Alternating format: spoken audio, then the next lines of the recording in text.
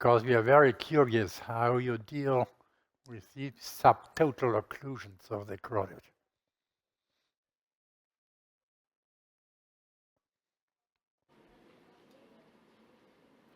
So, dear colleagues, it's a great pleasure for me to be part of BEC 2025, and here is my topic about coronary artery stenting in case of subtotal carotid stenosis. The definition, the condition subtotal carotid stenosis was first described in 1953, almost 70 years ago. But till today there is no universal definition of this condition.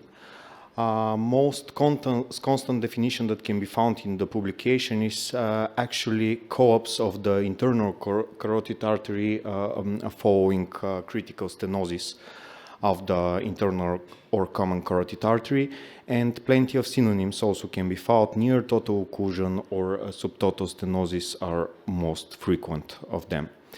There are four most frequent criteria for subtotality of carotid occlusion, and here you may see it: late contrasting of internal carotid artery distal to the stenosis, smaller distal diameter of internal carotid artery compared to contralateral one, also presence of intracranial collaterals. Here you can see part of collaterals of a circle of Willis, and distal diameter of ipsilateral internal carotid artery that is equal or even smaller compared to the external carotid artery ipsilaterally.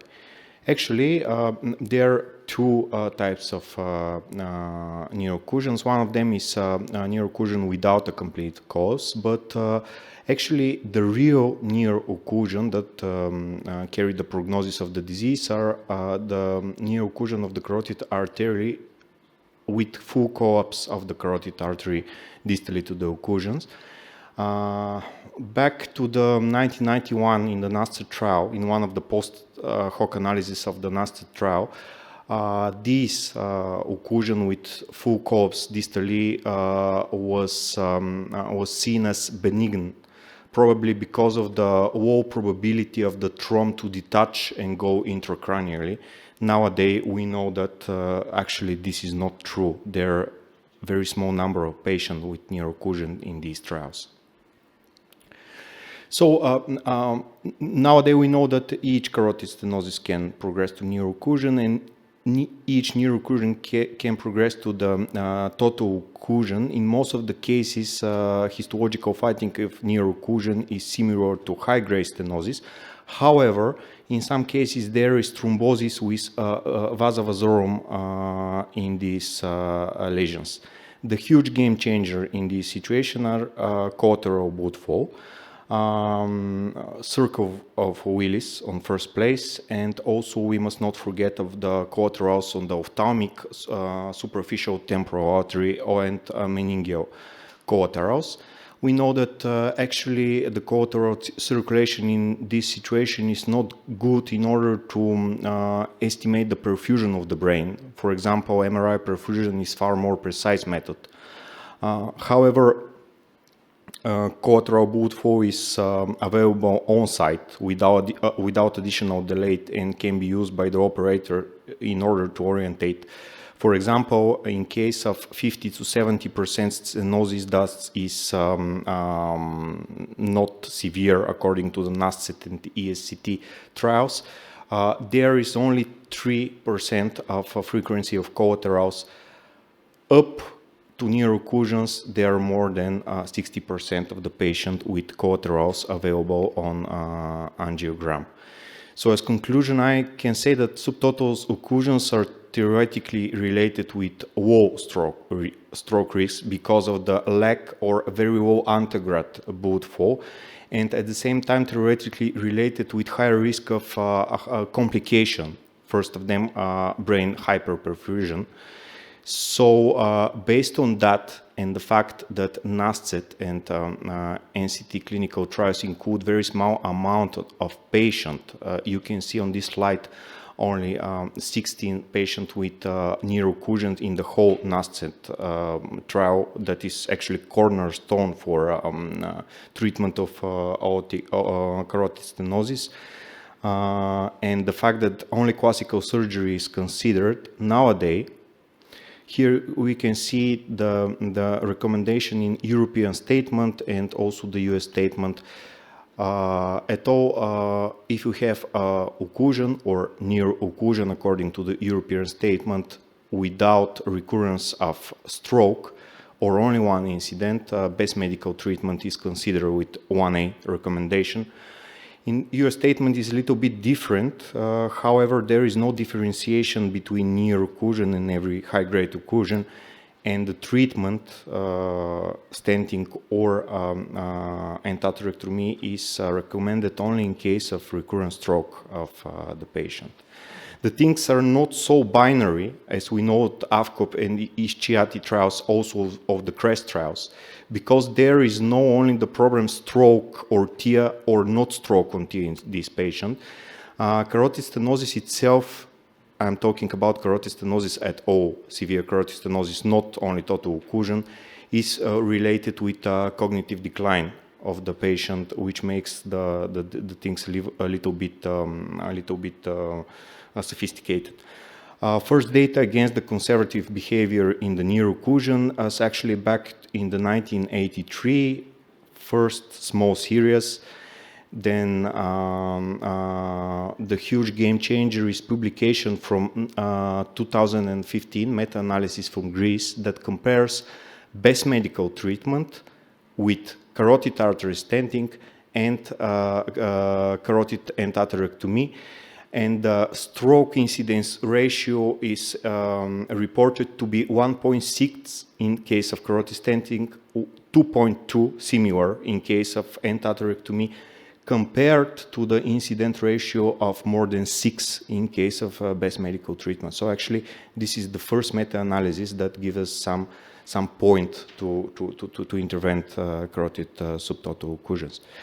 Another publication, another meta-analysis based for even more 33 publication was published 5 years later. The results are very similar, with incidence ratio in case of surgical treatment far more better compared to the best medical treatment. And what is actually important, and you can see on this slide, is the fact that the authors also report significant difference between the complications according to the year that study is performed. So back to 2005, there are 33% more complication during the stenting of subtotal carotid lesions than in 2020. Here is the last thing that I'm showing you about the clinical trials. 2022. It's a huge trial, biggest one, 639 patients with subtotal carotid stenosis who underwent stenting or of this stenosis. And the conclusion of the authors is actually that stenting of near occlusion is not associated with increased risk of complication, which is the huge game changer, because actually this gives us the opportunity to treat without fear of exclusion. Here, these results actually makes us to form our little series with patient with carotid occlusion. It's actually a trial, string trial, that is registered in trials.gov. We investigate patients with subocclusive string signs, near occlusion. We perform MRI perfusion in order to estimate the ipsilateral perfusion deficit of the patient. We include primary, more than 75% patients with ipsilateral stroke. However, we have also a group of patients without stroke, only MRI perfusion deficit. Actually, during the protocol, we estimate the cognitive status of the patient before inclusion into the trial, after the procedure, and 6 months after the procedure. MRI perfusion was repeated 6 months after the procedure in order to prove if there is some some benefit for the patient's brain perfusion. Here you can see the flow chart, the things that we do at the beginning, screening of the patient, the procedure, including some biomarkers, and third and 6th month follow-up of the patient. It's still ongoing trial. So actually that's the flow chart nowadays, 57 patients till February this year. 37 of them was male, and most all of them was hypertension patient, 83% with TIA, 33% with stroke. Here is also overlap, patients with TIA and stroke, and none of the patient with hemorrhagic stroke before, which is actually exclusion criteria. Crossing the lesion, the subtotal carotid stenosis, was performed in almost 90% of the patient with hydrophilic wires.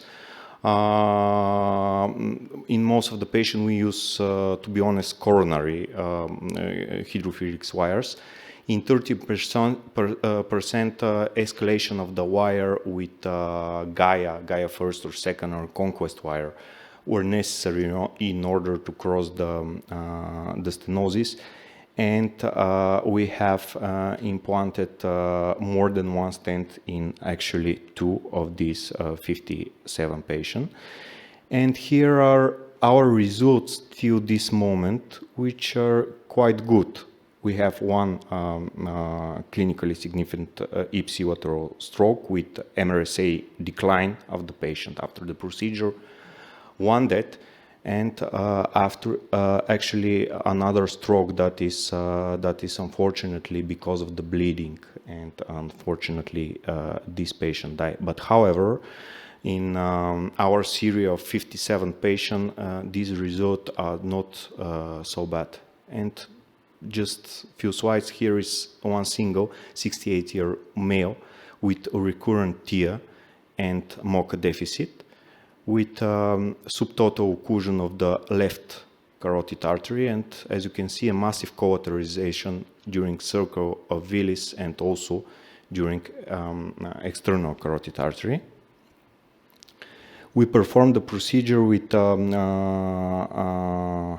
its Fielder XTR, its coronary wire, crossing the lesion, then pre-dilation with a very low profile, again coronary balloon starting from 1.25 up to 3 millimeters, then placing the distal protection that is Spider Hicks, as you can see at the right,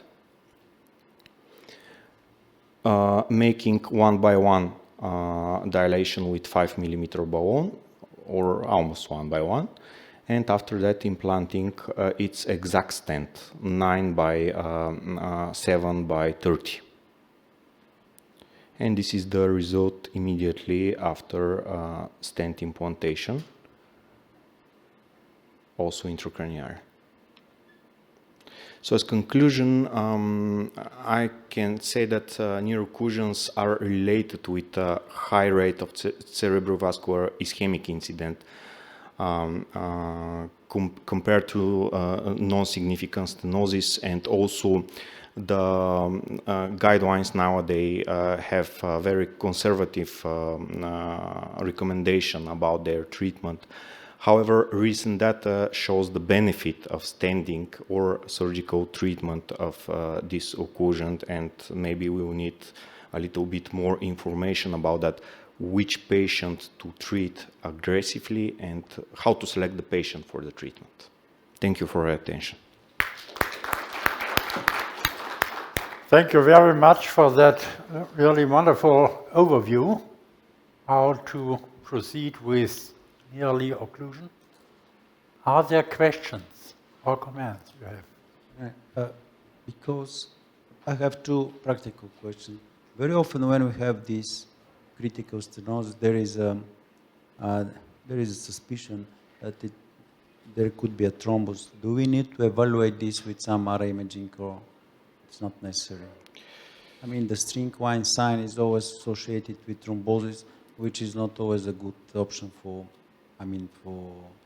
Yes, during the stenting? histological seria, in up to 20% of the cases, there is thrombosis. So angiographically, we see subtotal stenosis. However, the histological finding is thrombosis. Yes, I think that anyway, it's better to perform MRI. In order to intervene this lesion, it's better to perform MRI in any case. A little thing, you do something that is actually controversial, that is actually against the guidelines. So anything that can support the idea for the treatment, and anything that can do safety considerations such as excluding thrombus inside is good. Unfortunately, this makes the procedure itself expensive. It's not obligatory to have a CT, for example, just to clarify whether it's thrombus-containing lesion or not. Yes, CT is obligatory. Yes, I think CT is obligatory. Also on the CT, you can have additional information about the aortic arch, for example, because in such procedure, you must be on the safety side. And in such procedure, you must very good plan your approach, and you must, how to say, expect difficult crossing of the lesion. So support is mandatory. Thanks. And the second, it's a comment probably, because this is not near occlusion. These are really chronic occlusions, because the gyres that you use in about 10%, 7% of cases, these are Gaia, these are Confianza, Conquest, which chronic gyres for chronic total occlusions. Excuse me, only 10% was 10%, with Gaia yes, escalation. Yes. Yes. I mean, that probably means the that histological finding on this patient is if you total. have to use such wires, they are between 9 and 12 gram Weightness. stiffness of the tip. That means that what we hear is what we see is what is just some Vasovasorum. collateral and vasovasorum.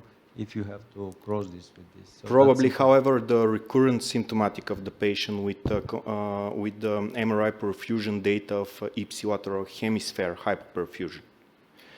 And the fact that in most frequent series, the reported incidence of ipsilateral stroke in case of near occlusion of occlusion probably is not hemodynamic phenomenon, but probably it's embolic phenomenon. So yes, you're completely right. In this patient, we use also very weight and stiff tip wire, CTO wire, and also we use the bone for support as a catheter, which makes the wire extremely stiff.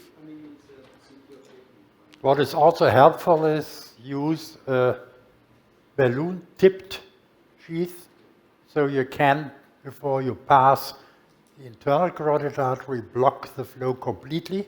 For anchoring. So you have no orthograde flow to the cerebral arteries, and then you can produce an under pressure as when you have placed your stent and dilated the lesion, so you get out the blood, which is there with all the possible tiny particles. There is also a question here, Professor Grunwald. Please. So let me congratulate you on your wonderful study. One comment regarding thrombus inside. I think now that we have proximal protection, we have an additional safety and feeling of safety when we treat these lesions. So from our experience, when we did testing on carotid and cognitive changes in the carotid, two things. So when you do the carotid tests, there's the difference between cognitive speed and memory tests. We found that the most significant ones was the Stroop test, for example, because often those tests are then all put together, and that's why many studies have found there is no big difference here. There are different tests, like someone who's elderly, they may remember everything from their childhood, they may not remember what they had for lunch the last day. Yes. So a different kind of memory that we're looking at. We also then continued using functional imaging, functional MRI for those tests. And because we were wondering why there was no difference between our patients that improve, whether they were stented on the left-hand side or the right-hand side, because I would have expected with right-handed patients, they were all right-handed, Dominant that hemisphere, there would yes. be more in the dominant hemisphere. That was not the test. So we could see that the area that was most responding was the area of the anterior cingulum, which is supplied by both sides. And what is now working even better, and that is what I would encourage you to add, is adding resting state MRI, resting state fMRI, where you're actually not even dependent anymore on a paper pencil test and whether the patient had their coffee, but you can exactly see the response and you see the connections forming. And we did that in 58 patients. Unfortunately, I then left the center and we never published it. But that was and we also compared it to asymptomatic aneurysms at the time, and it was highly significant. So I would encourage you to add fMRI, resting state fMRI, to the test protocol. It's about a 13-minute protocol that can be done on any scanner, to include that. Thank you. Thank you very much. Congratulations, Thank you. it's really important. For advice. Okay, thank you. Other questions? If not, yes, congratulations, and we go on in the program.